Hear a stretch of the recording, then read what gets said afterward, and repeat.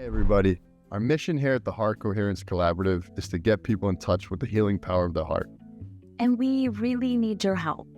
Right now, only 1% of viewers subscribe.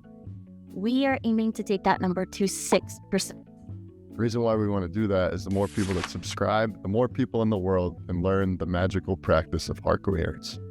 So please help us out. If you've ever listened, if you love this message, please just take a moment to subscribe. Thank you so much. We love. Welcome everybody to the Heart Coherence Collaborative. We're so excited to have our new friend Pamela Aaralyn with us today. Welcome.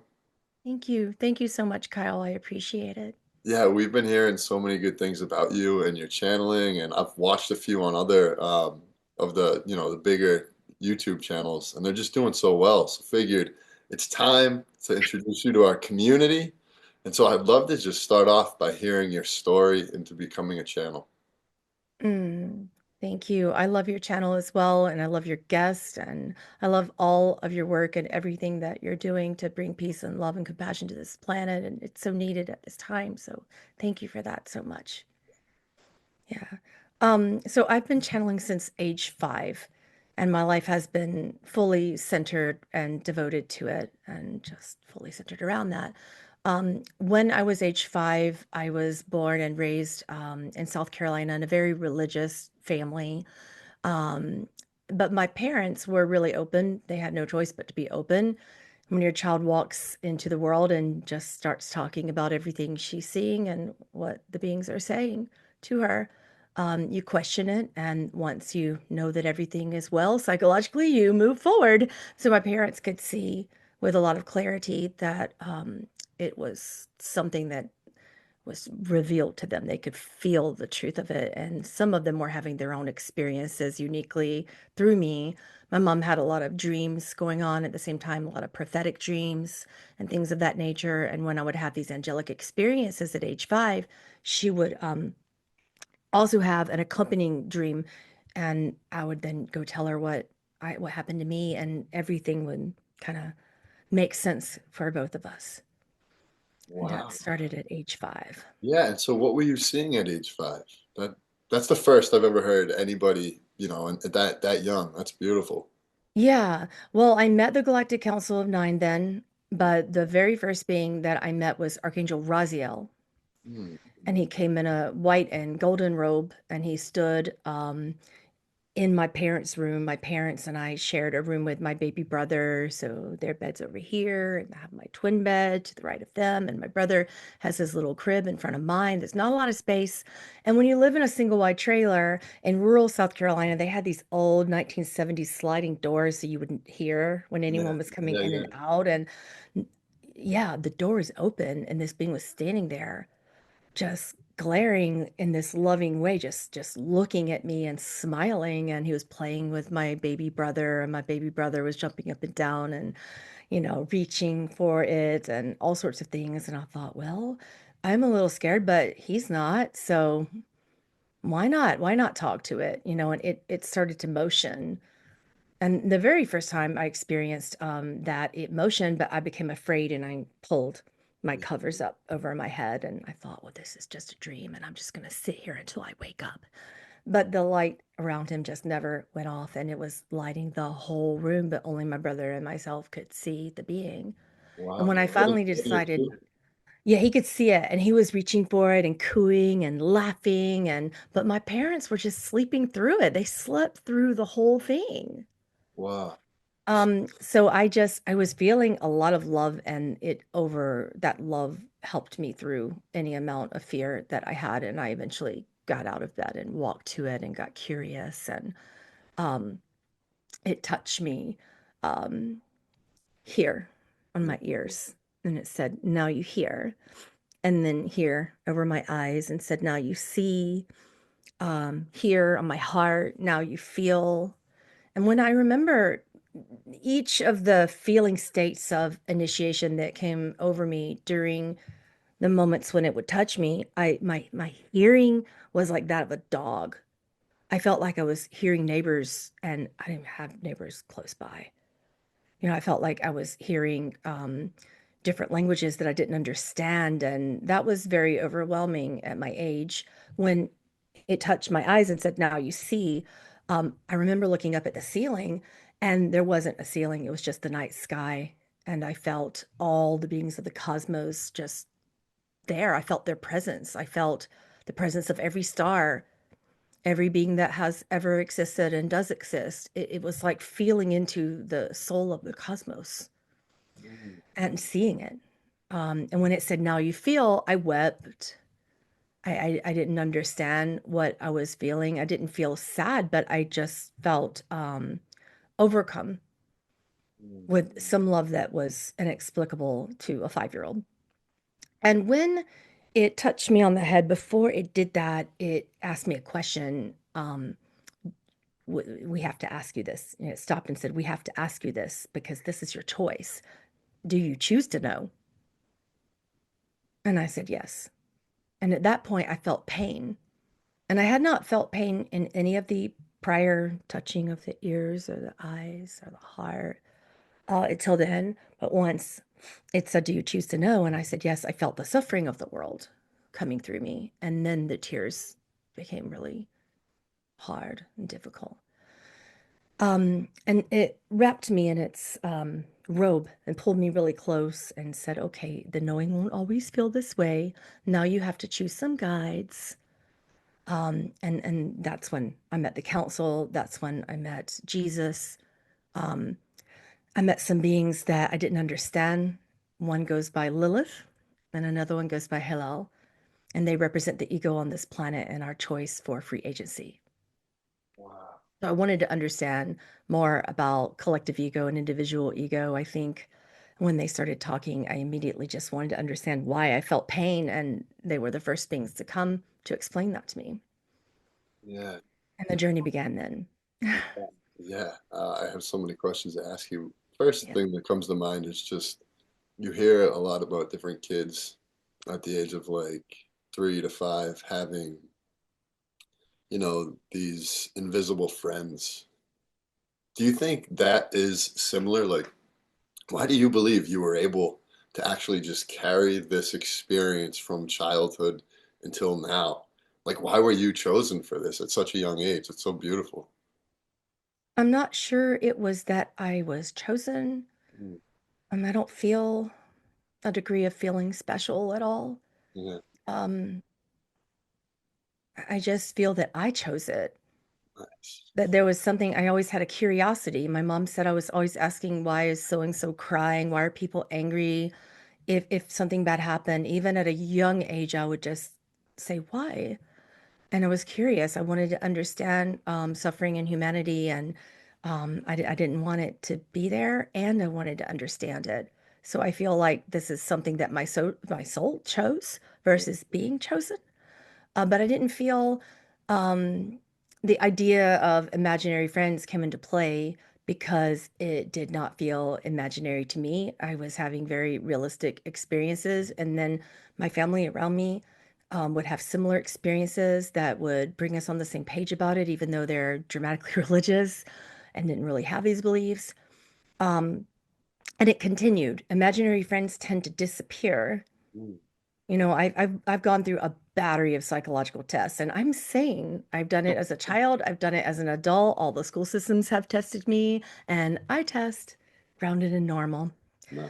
So, eventually, I was able as a young adult to finally find a psychiatrist even to explain. And they said, mental illness is something that comes upon you that isn't really natural to you. It isn't something that you've been experiencing that's enjoyable and healthy and productive. It's something other than that. And you're not, what did he say? My first psychiatrist was age 21 in the adult realm. And he said, it's not grandiosity. You don't feel that you're any different or special. This is normal. It's just that this is normal to you. Yeah, And when it's yeah. normal to you and it's productive and healthy, it isn't insanity. Mm, I like that And a lot. it really made sense. And I felt so aligned to that psychiatrist. Like I remember praying about it and meditating, going, okay, universe, Yeah. spirit guides, angels, everyone around me, align me to the right psychiatrist Mm, because I need to understand dark night of the soul. I need to yeah. understand. these initiations of pain and why it's so sad to me to see people suffering, particularly animals and children. And when a tree would be cut down, and I'd cry for 2 weeks, Mm, even at age 21. yeah. So I needed some help with that. And he said, yeah, but you're not in psychosis. This is your normal. And I remember when I walked into that psychiatrist's office and there were crystals and, there were some Louise Hay books. And I thought, oh, wow, is he even real or did that just happen? And the angels just created an experience, but he still is. And I can reach out to him this very day and say hello. And it was an amazing manifestation of a psychiatrist who understood. That's such a blessing. I'm Yeah. sure. Well, I'm curious. Were there times where you felt at like different or maybe crazy? I could imagine just being 5 years old and having these experiences. Or were you blessed to go through all of this and just being able to anchor that and feel completely normal? I did not feel normal. Yeah.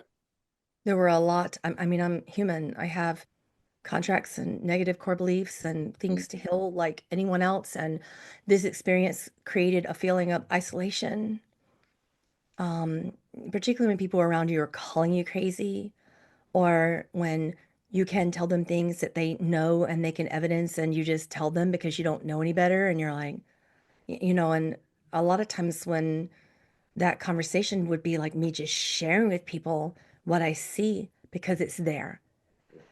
And when I was between the ages of 5 and 10, I thought that that's what everyone was going to do. I wasn't raised any differently. My parents said it's okay to share. And then here I am in this public school system sharing, and it did not go well. And people would say, how do you know that you're demon possessed? I'm from the deep South. So it was mm, automatically like, you need to pray to Jesus. I'm like, I am praying. He's right here. And they're like, yeah, that's either you're possessed or crazy.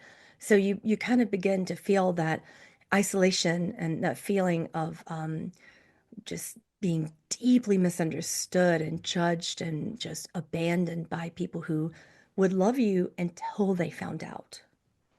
yeah. Until they found out. Yeah. That makes sense. Could you tell me a little bit more about the Galactic Council of Nine? Hmm. Yeah. These are beings that came across my threshold at that age, and they described to me that they aren't nine beings.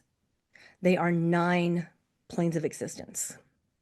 And there are nine beings that represent those nine planes of existence. And they are here to guide us and guard us and help us. So they were introduced to me at a very young age by all the other beings that I just described to you. And they said, this is your council, and they will be the ones who keep you grounded and healthy and well. And they will also teach you about the general divine blueprint for the human soul. And they will teach you the Ascension, what they call the Ascension Toolkit. And this will be what you need to understand if you really want to assist and as a volunteer in this world. You're going to need to volunteer to share the divine blueprint with anyone who is ready, who has ears to listen and a heart to feel. And if they're ready, share it with them.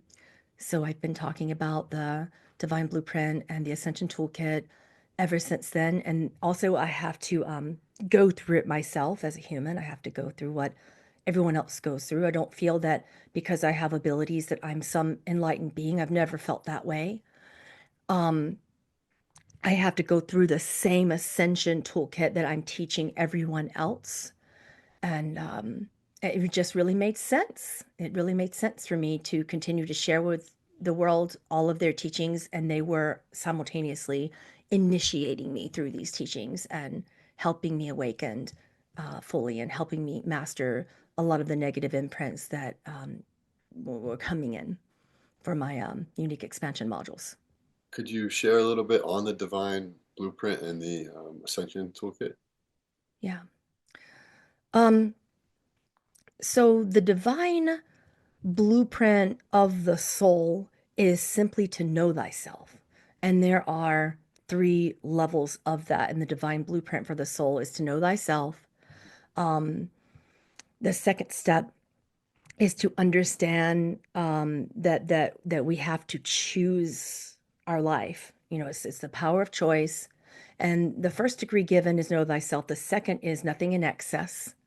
Like try to understand that anything that you do, because belief is powerful and belief is king in this environment, anything that you say, think, and feel and speak will become your created action or manifestation into the world. So it's important to have nothing in excess. Everything has to be mitigated and moderated. And we understand so many different teachings kind of umbrellaed up underneath that decree. But the third decree in the divine blueprint of the human soul is to express and create powerfully from your intention. You know, that we have free will and that we utilize it. Of course, we have soul contracts, but we are beyond that. We still choose how we want to expand. So it's important. And that decree is this: make a promise, and mischief is nigh.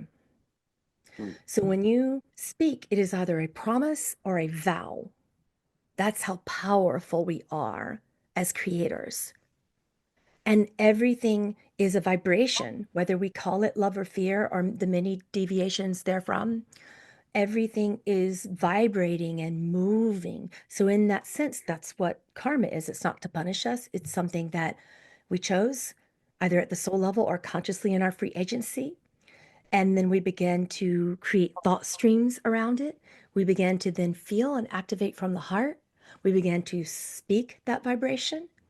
And then finally, we begin to act it, and then it reflects back to us. So we need to be aware of what promises and vows mean, because everything is either a promise or a vow. And that's the blueprint. And then the Ascension Toolkit. The Ascension Toolkit is simple, but we tend to make it complicated. So the Ascension Toolkit is, number one, find your charisma. Your charisma is that spark that's very sacred, that lights you up, something that really vibrationally lights you up. And you follow it. You find that passion, you find that charisma. And when you feel lit up, you then go after it. You go after that. And if for any reason you can't, and you feel this thing that humans call block, even though there is no such thing as a block, when you feel that, it's important to look at what could be possibly preventing you from following that charisma and what lights you up. So we look at that, we become aware of those alleged blocks of when we feel disconnected from our passion, our excitement, and our charisma. And we look at that and say, okay, obviously something is not allowing me to really follow what I want to do in this passion and excitement and charisma. What is it? And how is it serving me? What is the feeling? What is the vibration? And how was it serving me in my past? How long has it been serving me? And that's a part of that first decree of know thyself. We need to know why we aren't doing that, what negative imprints or reasons are there, what belief we've created that could be holding us back from a more positive, loving, creative experience. And there is always one. There is always a negative belief that's just there in the background, just keeping us safe. And typically it's something like unworthiness or abandonment or feelings of, some belief that we've created. And we just think that that is our charisma. And all it's doing is just kind of holding us back and staying in the ego. And the ego takes it and ravels itself around the belief. And then it says, well, that would be safer. Just stay in this other place over here. But we are to become aware of that, because that's happening perpetually. That's always happening. We become so expansive at this point. And every time we have a thought, we're tapping into the hundreds of billions of versions of us throughout the different parallel realms. There are many other versions of us, and we're tapping in and pulling that mastery so that we can learn, expand, and grow and heal as well. So sometimes we're tapping into versions of us that say, stay safe, kind of keep it small. Let's stick to the negative imprint that's going to keep you safe and comfortable, even if it's actually not so comfortable. But we have to know the subconscious and know how it operates. And then we have to choose again. We have to begin to imagine, use that beautiful vehicle of wonder in the imagination. and that builds the field of grace around us. And when we build the field of grace around us, we create it up. We create a whole new belief system that begins to serve us more lovingly, more powerfully, more comfortably most of the time, if we're willing to let go of the past. And we're here with our soul in the now, not thinking about the past or the future, which is another part of the Ascension Toolkit. And from there, we do it and we have to share it with others. It's not just life purpose, isn't just about us. It is us and the world. I love that a lot. I would be curious to hear more specifically what the channeling process is like for you. So what are you seeing when you're channeling? What are you hearing? Are you completely unconscious? How does it work for you? And are you getting insight right now? I So am always a lot of getting questions. yeah. Oh, nice. Yeah. So channeling is different for everyone. For me, I'm a clear channel. So even just speaking with you right here, right now, my soul has given full permission for that council to come in and take over and share, its unique discoveries about the human nature. And they will do that. And that's called clear channeling. And they just come in whenever they want to. And I can be wide awake. I also love to trance. I love to trance. Because when I'm trancing, it's just like the ego part of me is over here somewhere, Yeah. resting and also observing what they're saying a little bit and try and take it in for as much as I possibly can during trance. But generally speaking, the ego's over here observing, and the council takes over and uses the vocal cords and takes over my thought stream. And they have their own vocabulary, that have their own little personalities, all of them. And one of them, like in my most recent channel, from Wisdom from North, they came over and they took over in like this little baby voice because it was like the youngest member of the council. I got so much flack for that, by the way. When Katara comes through, she talks like a child because she is a child. And then we have some real elders who kind of come over and they're powerful and they talk like a man and they're like, wow, and then that's the raw group. When they come in, they talk like that. And then there are some like Dolores Cannon who come in and they talk kind of much more human and relatable and natural. And she's the Andromedan member of the Council of Nine. So you Dolores never know. Cannon specifically? Yeah. Oh, wow. That is I some, didn't know about her insofar as her name until she passed this world. yeah. Now you And I said you got flack for the Wisdom of North. In what way? Were people just they became, not from her, not from her. She's amazing. From the she's people, amazing. from the observers. We got so Yeah. much flack that she had to turn off the comments for the first time in her history because they didn't understand how I would have this mature adult voice and the council member would have just like a baby. She was like a 10-year-old child voice, very high pitched voice. She was very sweet. Yeah. And so Yeah. could you tell me a little bit more about like why and when they would choose to come through? Well, they're very different. So I'm getting to know more of them, the Yeah. more I work with them throughout time. But the raw group comes to talk about the blueprint. They talk about the human blueprint Is for the that soul. Ra like Ra the ninth dimensional being? They've Or never whatever? really specified that they're just ninth dimension, but they're more of a group. And I know that they did have a channel for a long time. Hmm. And they came through and she wrote a whole group called of books called the Raw Material, Yes. Okay. when they were Yeah. here. So it's Yeah. that group that comes Gotcha. in. Cool. Yeah. And they are and more of an right now an 11th density expression, like 1 degree away from source. So like everything is oneness, everything is full unity. And then I have this being named Kaya, who represents the Pleiadians.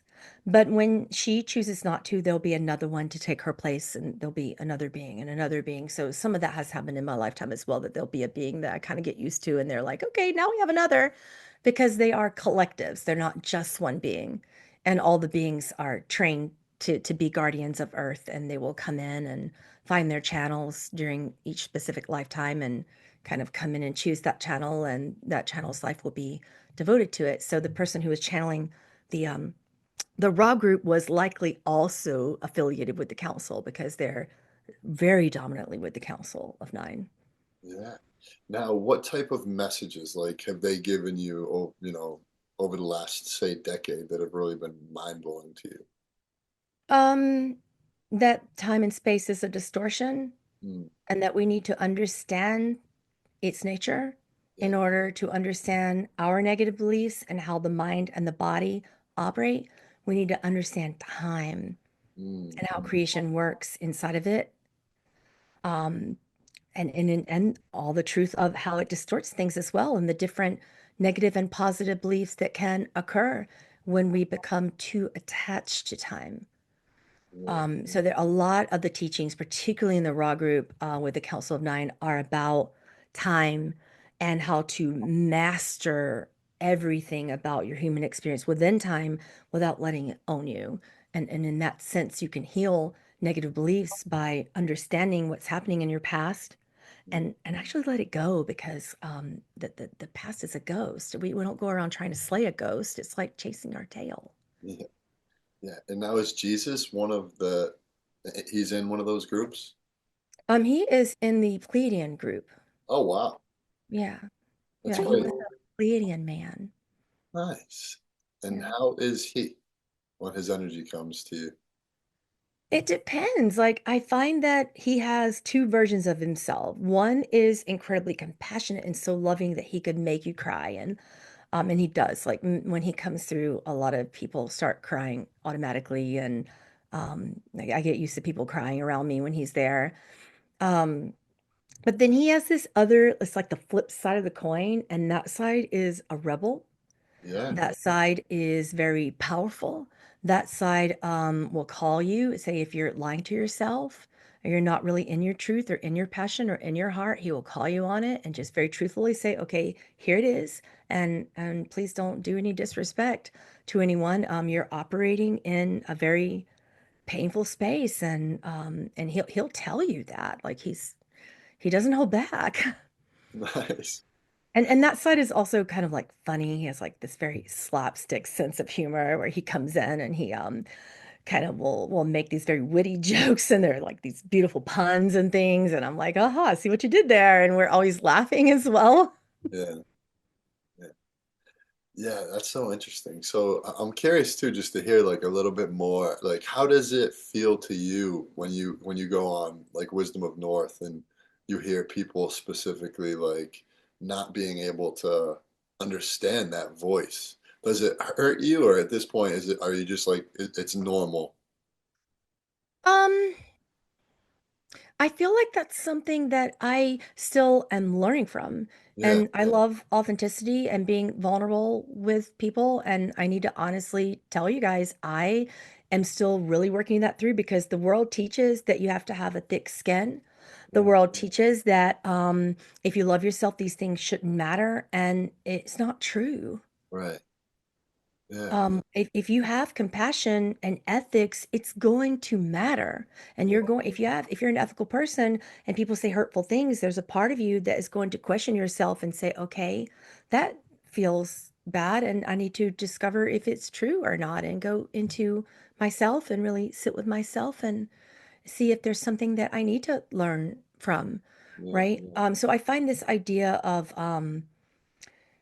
it's almost like spiritual gaslighting right. when people are like be a certain way and present a certain way and my presentation is vulnerability and authenticity and truth.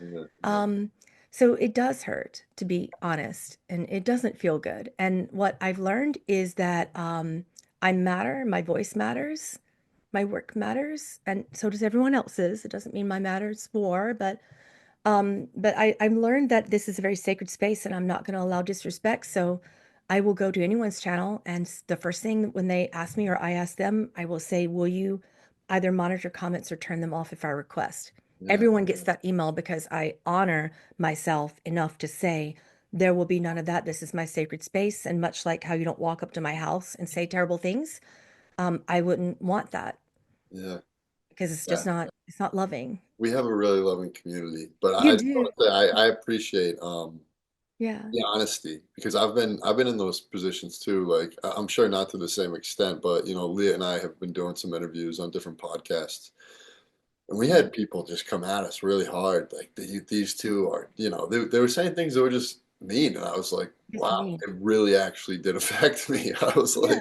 Yeah, was because you like, have ethics. And if it yeah, affects it means you feel and you want to always look at yourself. And when you think that you're doing your best work and someone says a mean thing, it really just makes you kind of observe yourself and kind of take a step back and go, okay. And most of the time you'll find, okay, that's just some belief that I have that I need, like I'm finding I need to That's work right. through. Yeah.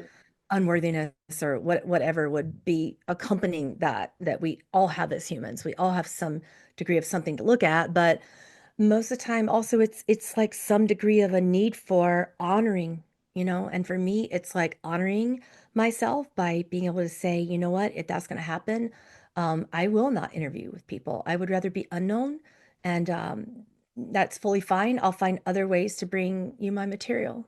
Yeah. Yeah, you just nailed the head on what my exact process was. Like initially it was like I don't want to do this anymore, but then I Right, I went through that reflected on too. it and I was like, this is actually my own belief that I need to work on. And Right. And it always is, but that also is like, okay, also is it the belief to love myself means boundaries? Does it mean honoring myself more and not actually tolerating that on my channel, because your channel is your temple, just like your body is. yes, for Yeah. sure. Now, are there specific questions that the council does not like being asked that they won't answer? Because there's certain channels that, will ask them certain questions and like we don't we don't answer that, which is completely fine. But I just want to know I before find we go that there. they take everything as a learning opportunity. This is what I love about this council. Like Yeah. I have tried to work with other councils just for the fun and as a channel to see if I can connect, and then I do connect, and then they're like, "Yeah, we don't find that relevant." But with this council, they're like, "Oh, let's take that as a learning opportunity." Oh, nice. That's really Yeah. cool. And have they ever made any like predictions or anything to you that have like been eye-opening about specific things, or is it more like, yeah? Yeah. So they're known for their role prediction. So they can look at the collective and they are like a predictive barometer, if you will, or a measuring point for where we are in our collective vibration. And Mm, some people call that collective karma, but that word has been deeply misunderstood. So our collective vibration, and they will make a prediction based upon that vibration. And a lot of their predictions have come very true. So beautiful. I'm always watching that, um and fortunately, like some of the prediction has been positive, but sometimes it's like, wow, um, you have two choices in a particular president, and there's going to be many paths towards you choosing that, Mm, right? Like they predicted when Biden was going to fall short and step down due to a health problem, but unfortunately, they could predict it in like 2020. Um, So then it's like trying to piece together all of those moments and when they're going to happen. So the timelines are continually shifting because time isn't real. And every time we have a thought stream, we are individually and collectively shifting through time and then shifting the outcome. mm. And that's the power of free agency. So it is important to understand that the predictions themselves, they come true. But when they come true is a different story. Yeah. Well, that makes a lot of sense. Is there anything else you'd like to prepare me before I meet them? No, they're a lot of fun, but they also are, depending upon which one you get, sometimes you'll get the innocent baby, and then sometimes, like Katara, that's her name, she's kind of being trained right now. Sometimes you get the wise elder, and they are no holds barred. And then Nice. sometimes you get sweet little Kaya, who's going to give you all the love in the world, and it's going to sound like you're receiving a big hug and a fluffy ball of positive. So it just depends. Yeah, and so whoever is feeling called to come through will come through. Yeah. Will they introduce themselves, or will I just? Sometimes, Okay, cool. because they just feel like a council, they just kind of come in at will. They don't often do that. But if you Yep. ask which one of you is there, they won't hold back. Like they will tell Okay. you if you ask. All right, great. So whenever you're ready, I'm excited to meet them. Yeah. Do you have questions for them? Yeah, yeah, Okay, good. yeah. Right.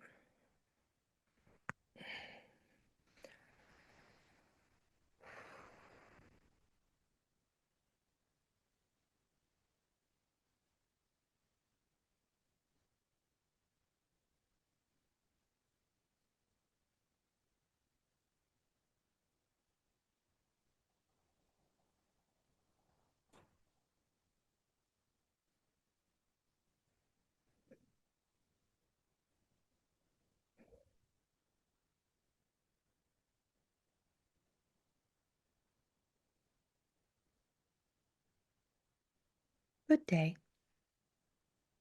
Good day. How is your heart? My heart feels light in this moment right now. Well, that is splendid. What is your passion right now? My passion is interviewing people like Pamela. And we see that you are doing just that. Splendid. Splendid. Yeah. Yeah, it really lights me up to have amazing people with all this wisdom come on and then get to share that with people that are seeking that wisdom. It really, really lights me up. We resonate with your passion and alignment as well. Yeah. I also really love jujitsu. It lights me up, but I don't know if that's good because it involves me mangling other men and getting mangled. Is it your passion? Then you do it, true? Yes, that is true. Then that is the vibration that is of your best interest. Beautiful. Now you asked, how is my heart? I'm curious why you asked that question. It is important, based upon the laws of your universe, to begin to deeply understand the construct of the heart. Because it, too, as you are aware, holds a beautiful collective vibration. And when you are aware of how it begins to speak to you, you can then follow your passions and your charisma. And that is the unique Ascension Toolkit which we have given you. When you understand how to follow your charisma, passions will arise and all unique synchronicities will occur. So many deja vu moments will come through the heart, and yet they won't make sense to the human mind. Give a permission slip for that and understand that the heart is different than the psychological effect or natural consequence that the mind gives, which one may call emotion. The heart is the truest nature of Cosmic Divine Mother's love for you. And when you can remember that, you can always feel the deepest connection to your cosmic source. And then you will never forget the love that is ready for you. Could you talk about the heart of the earth and how we interact with it? The central component of heart in the earth is its core, and it holds a unique vibration. It moves and expands throughout the geomagnetic patterns. And when Earth expands, you expand. And when you expand, Earth expands along with you. When her core begins to shift upon its axis, these minute expressions of what you may call pole shift do arise. And you begin to collectively expand as a species into a more loving state, if you will. When we get into our personal heart and in that charisma, in that joy, do we interact differently with the heart of the earth? Of course, because then you become proper stewards for Earth itself. May I ask who I'm speaking to? You are speaking to Kaya Tomatoes. It Okay, is very different in its vibration, and we are a collective of beings who are also known as the Raw Group. beautiful. Is there anything you would like us to know, anybody listening, about what is going on right now on the earth? These times may feel chaotic. They may feel vibrationally distinct and perhaps different than any other moments in your collective and individual histories as a species of humans. You must understand that you are preparing for more collective ascension. And in that unique process, there is the ascension plan, which we call the sacred convergence, during which all timelines which you have created for a period of 175,000 years in your time-space distortion are converging together into three only. So this is what you call perhaps the vibrational alignment and words of choice in your vocabulary would be Mandela effect, during which you will feel so many different expressions of truth. And then all of these potentials from all of the hundreds of billions of versions of each and every one of you, along with the hundreds of billions of potentials that each and every one of you are creating, all of the hundreds of billions of truths are also arising, because some of these truths will no longer be creatively relevant for your collective ascension process. And those truths are no longer serving you.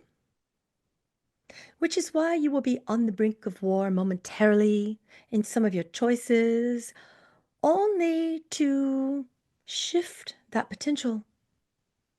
You will be on the collective threshold, if you will, of disclosure. And then your governments will say, that's nothing.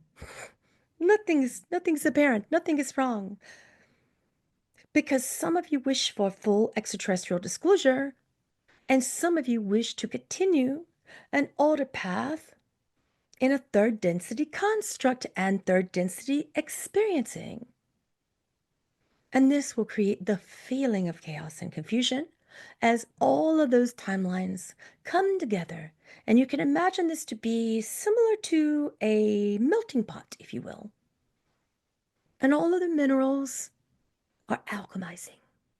All the different metals and components of such metals are alchemizing so that you can begin to have a less chaotic, more observable, more loving experience. So just if I hear that correctly, there's multiple timelines playing out and we're kind of each individually getting the one that we choose. Is that correct? Yes, precisely. Which is why you often say, this is my truth and I'm sticking to it. This is my storyline for creation. But if your storyline does not honor the storyline of the collective, you will find that that unique individual truth will hold you in a unique process, which is less expansive than your soul family surrounding you. Could you talk about extraterrestrials right now and their involvement with the Earth? I know you mentioned it in disclosure. What's going on right now with like the UFOs and everything? Is that um, man or is that actual extraterrestrial involvement? You must be able to hold multiple truths in your hands simultaneously, because this is the universal law of paradox, which governs creation upon your planetary existence. And paradox in this way means that some of the beings you're seeing in the sky are unmanned, AI-driven drone craft. Some of them are foreign entities, and some of them are reversed engineered craft, which are governed by your military projects. And those beings are in a private third world war. And this is drone war. They are protecting and dismantling nuclear missiles before you can even see them in your skies. You are in a drone war. It's perhaps a little more technologically driven and more protective, so that you can understand that there is no other need for further nuclear war alignment. and these drones will dismantle these nuclear devices, and then the other beings in your skies are curtailing and mitigating the radiation damage from such devices and missiles directed towards you. Now, And those are called sylphs. Have you heard of a sylph before? no, could you explain a sylph? Sylphs can be small and they can be very expansive. They are orb-like, plasma-based beings who are sentient in nature, and they can duplicate and shapeshift exactly what they see in their visual threshold. They also have the capacity to mitigate nuclear damage and radiation damage. They can clear your oceans and rivers and lakes from pollution. They can also clear your skies. And they are doing their jobs. But your governments are telling you the truth in one small capacity. They don't know what that is. Hmm. And who is the sylph here on behalf of?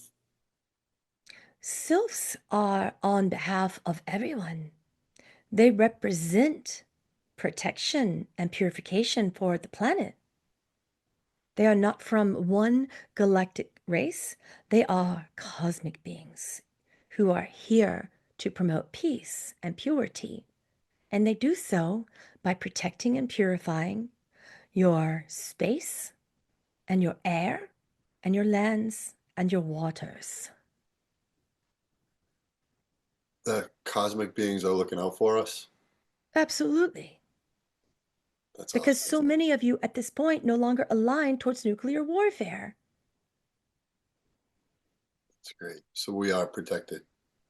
Absolutely. What? And then other things in your skies as well. Yeah. Like what? There are the effects that have been created from solar cycle 75 in your sun. After many, many cycles in the sun begins to emit very powerful flares and storms that affect the geomagnetic energies surrounding you. In which case, the sylphs can only mitigate so much of that.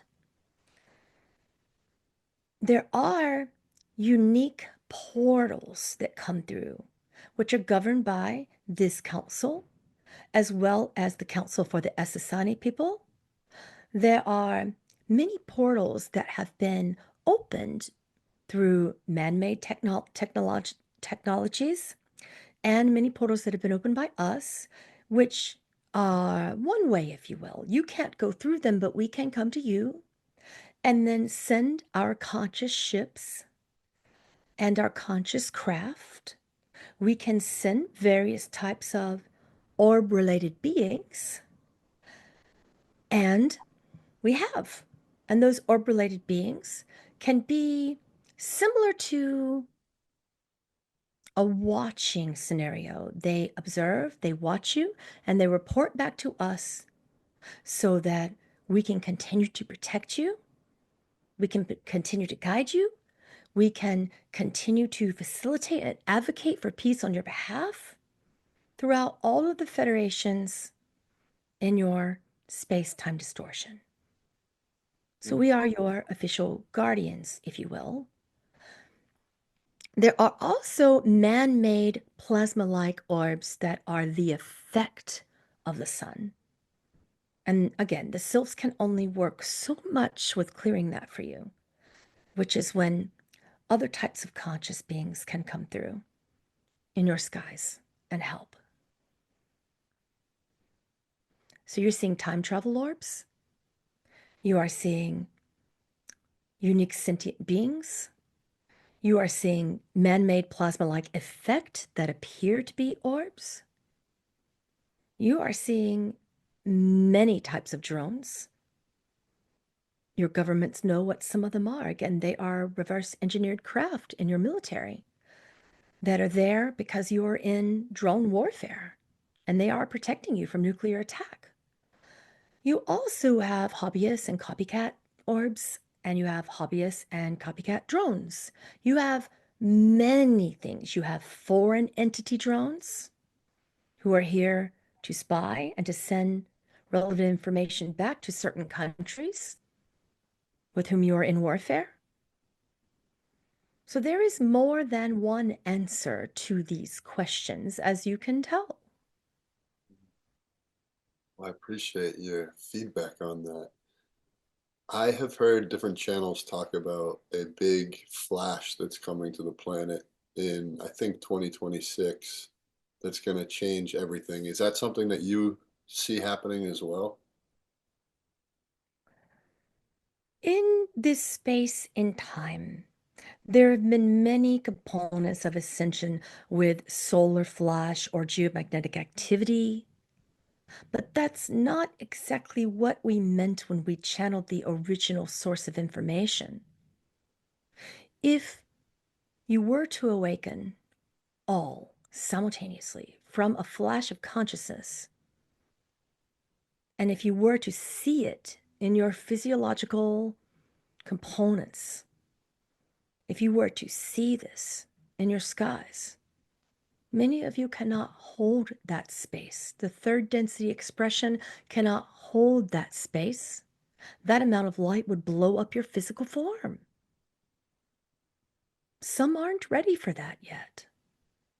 Therefore, please understand us when we say that the flash occurs throughout the time-space distortion, which means that you will be given smaller components of it here and there as you can manage it collectively. It won't be a large flash in the sky. Humanity isn't ready for that.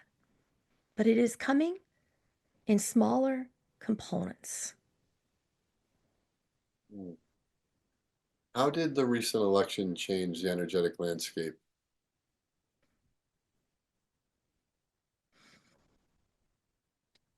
There are both positive and negative components to all of the candidates and what they represent collectively. But what you are beginning to understand is that ultimately speaking, you chose in the United States of the Americas a path that promoted expansion with war. But only those of you who are currently unawakened chose that path.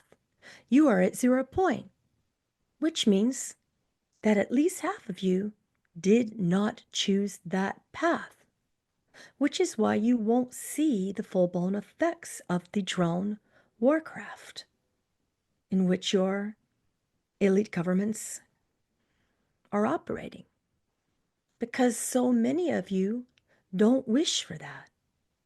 This is why it is being mitigated.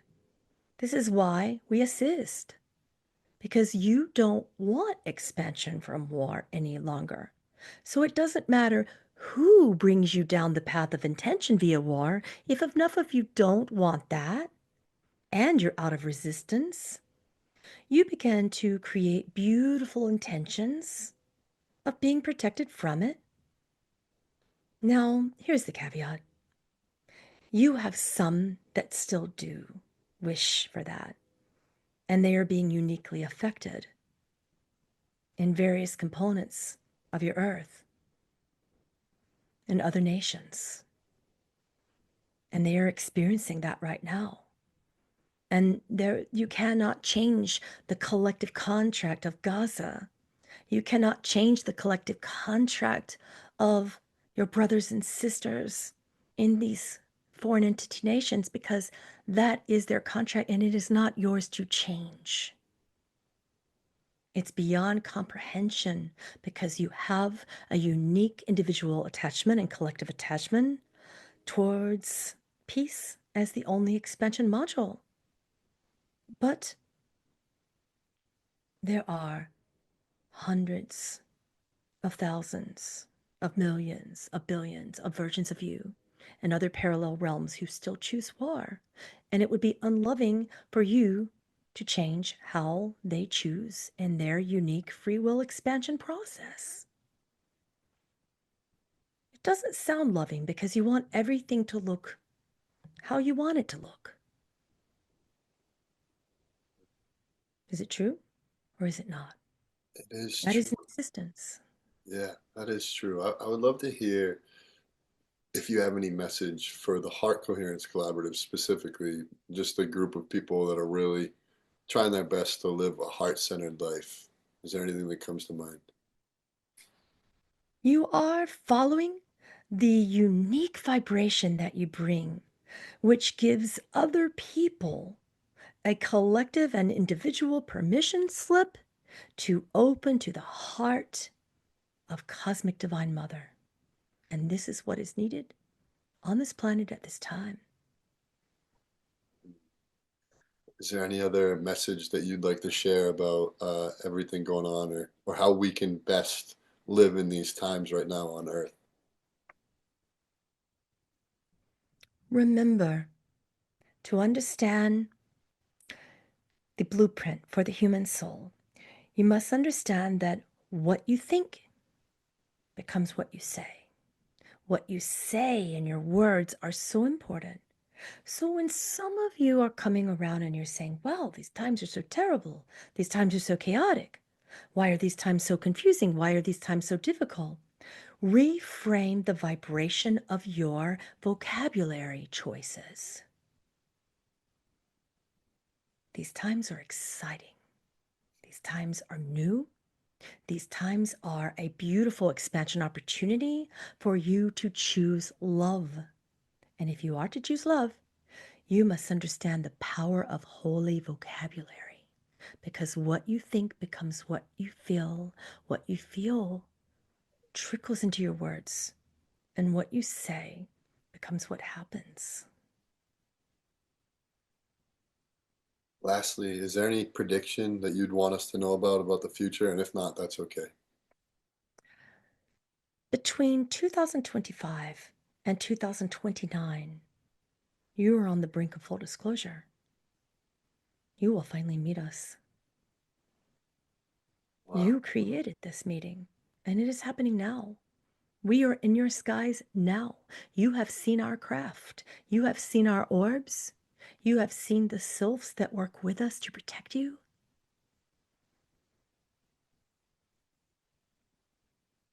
Well, I'm excited to meet you. Is there anything we can do in preparation for that? Continue to follow the divine blueprint for the human soul and the toolkit for ascension. Amazing. Follow your passion always and honor each other's beliefs. It was great to meet you. It is great to meet you. Be well, Heart Collaborative. Be well. We love you. We love you.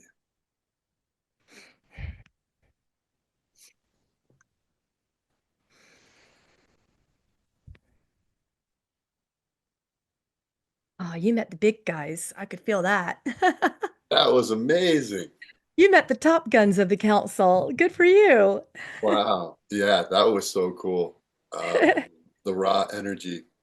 Oof. That was we've had a lot of people on that have channeled, and I love that one like the most. That was just so powerful and cool, and I really related to that energy. So thank you so much. Oh, of course. You're welcome. Now, do you remember everything that was just said? Dribs and drabs, like it's Yeah, coming in, but it may take me like the rest of the day to fully yeah, remember it. I'm yeah. getting better at remembering, but it's hard. I'm gonna have to go back and watch that multiple times because they gave a whole rundown on everything going on in the sky, and it felt really solid. And um, yeah, I think people are really gonna love this. So um, it was amazing getting to know you. Likewise. Yeah, yeah. Is there anything else that, like, first of all, how can anybody listening, because I'm new to your work relatively, how can we get in touch with your work and everything you're doing? What are you doing in the world right now Yeah. anyway? I think around sometime in January will be my Gaia TV debut.